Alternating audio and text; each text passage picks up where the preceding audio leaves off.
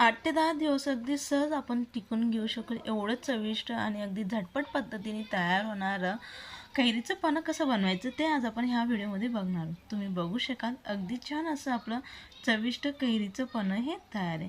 चला आपण वेळ न घालवता व्हिडिओला सुरुवात करूया. व्हिडिओ आवडला तर जास्तीत जास्त मित्रांना शेअर करा, कमेंट्स करा आणि चॅनलला सबस्क्राईब करायला विसरू नका. सर्वप्रथम आपल्याला कैरीचं पानं बनवण्यासाठी ज्या कैऱ्या आहेत त्या आपल्याला पूर्णपणे म्हणजे कच्च्या कैरींचा वापर करायचा आहे. आपले कसं असतं थोडीफार तरी पिकलेली कैरी असल्यानं थोडं त्याचं चवीत फरक पडतो. म्हणून जेवढं शक्य तेवढं आपल्याला अगदी कडक अशी कैरी घ्या. त्यानंतर त्यांना 1 ते 2 पाण्याने स्वच्छ असं धुवून घ्या. त्यानंतर कुकर घ्या आणि कुकरमध्ये आपल्याला ह्या कैऱ्या ठेवून घ्यायच्या. टाकल्यानंतर काय करायचं, हलकंसं बुडेपर्यंत आपल्याला यामध्ये पाणी घालायचं. अगदी जास्ती पाण्यामध्ये आपल्याला याला उकळून घ्यायचं नाही आहे, फक्त आपल्याला हलकंसं पाण्यामध्ये यांना वाफवून घ्यायचं आहे. तुम्ही याला कढईमध्ये किंवा पातेल्यामध्ये देखील वाफवून घेतल्या तरी काही हरकत नाही. कुकरमध्ये अगदी पटकन त्या तयार होतात. कुकरचं आपण झाकण लावलं आहे मंद आचेवरती. फक्त आपल्याला आता कुकरची 1 शिट्टी करून घ्यायची.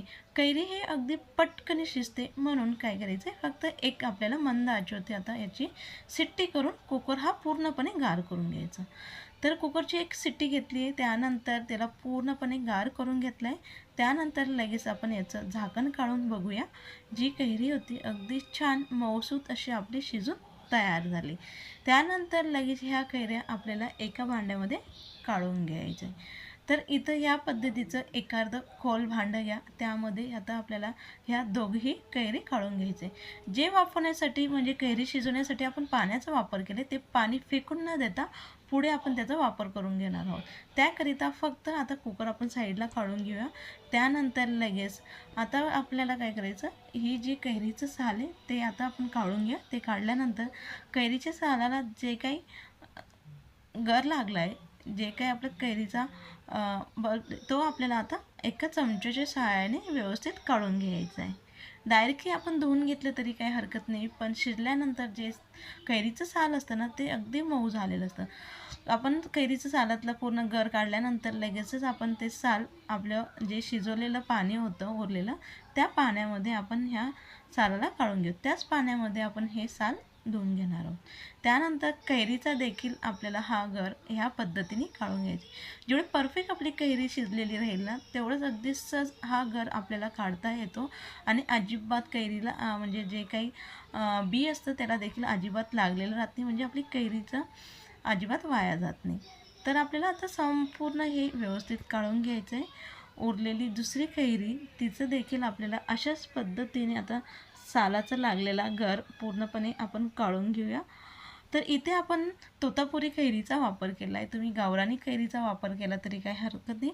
तोतापुरी जी कैरी असते चवीला अगदी कमी आंबट असते, म्हणून गुळाचं साखरेचं प्रमाण आपण कमी वापरून देऊ शकतो. आणि जर आपल्याला जास्त आंबट आवडत असेल तर गावरानी कैरी वापरलं तरी काही हरकत नाही. तर इथे आपला पूर्णपणे मी गर काढून घेतला आहे कैरीचा. त्यानंतर लगेच एक मिक्सरचं भांडं घ्या. मिक्सरच्या भांड्यामध्ये लगेचच आपल्याला हा वर काढून घ्यायचा आहे. तर यामध्ये आपल्याला काय करायचं आहे, संपूर्ण आपण आता काढून घेतलं आहे. त्यानंतर जे काही आपली कैरीचं पाणी होतं शिजवलेलं ते पाण्यामध्ये काय करायचं, लगेचच आपल्याला एका भांड्यामध्ये मी काढून घेतलं ते पाणी आणि त्या पाण्यामध्ये आपण धुवून घेणार आहोत. जर पाण्याचं प्रमाण कमी असेल तर थोडं आपण यामध्ये पुन्हा आणखी जास्ती पाणी ॲड केलं तरी काही हरकत नाही. हलक्या हाताने व्यवस्थित आपल्याला आता ही बी आणि जे काही आपलं साल होतं ते आपल्याला व्यवस्थित हळूवार धुवून घ्यायचं आहे. साल हे अगदी मऊ झालेलं असतं म्हणून धुताना त्याचे अगदी बारीक बारीक तुकडे होण्याची शक्यता असते, म्हणून हलक्या हाताने आपल्याला त्यांना धुवून घ्यायचं आहे. तर इथे मी हे पाण्यामध्ये धुवून घेतलं आहे. लगेचच काय करायचं, हे पाणी आपल्याला ह्या भांड्यामध्ये काढून घ्यायचं आहे. हे काढून झाल्यानंतर टाकून झाल्यानंतर जर पाणी आपल्याला कमी वाटत असेल पुन्हा यामध्ये आणखी थोडं गार पाणी घाला. त्यानंतर मिक्सरला छान याची आता आपल्याला प्युरी तयार करून घ्यायची. तर अशा पद्धतीने आपल्याला हे बॅटर तयार करून झालं आहे. तर अगदी स्मूथ होईपर्यंत आपण मिक्सरला याला फिरवून घेतलं आहे. फिरून झाल्यानंतर काय करायचं, लगेचच याच्यामध्ये आता अंदाजाने आपल्याला गोड हा टाकून घ्यायचा आहे. म्हणजे आपल्याला कितपत गोड हवं आहे, आपली कैरी कितपत आंबट आहे त्यानुसार गुळाचं प्रमाण कमी जास्त होऊन जाऊ शकतं. तर इथं मी अगदी बारीक असा चिरून घेतलेला गूळ घेतला आहे. गूळ हा आपल्या शरीरासाठी अगदी गुणकारिक असतो म्हणून इथे मी गुळाचा वापर केला आहे. तुम्ही साखरेचा देखील वापर केला तरी काही हरकत नाही.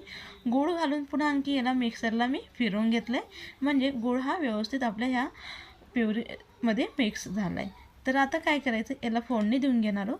फोडणी देण्यासाठी साईडला कढई गरम करून घ्या.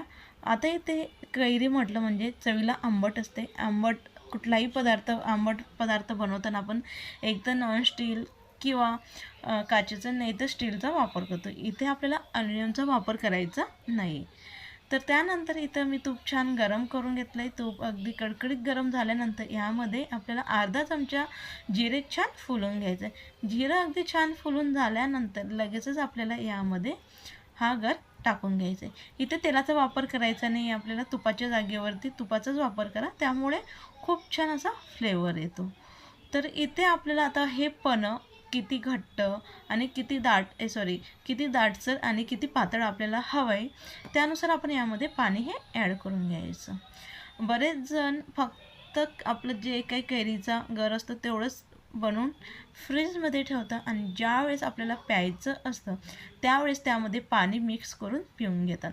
बरेच जण काय करतात, फोडणी न देता गर हा मिक्सरमध्ये फिरून त्यामध्ये गोड मिक्स करून तसंच एखाद्या बाटलीमध्ये भरून ठेवता आणि त्यानंतर ज्यावेळेस आपल्याला प्यायचं आहे त्यामध्ये थोडासा निंबूचा रस, जिरे पावडर, काळं मीठ आणि पुन्हा आणखी त्यामध्ये आपण पुदिना टाकून मिक्सरला फिरून तसं देखील हे फ्लेवर करून घेऊ शकतो.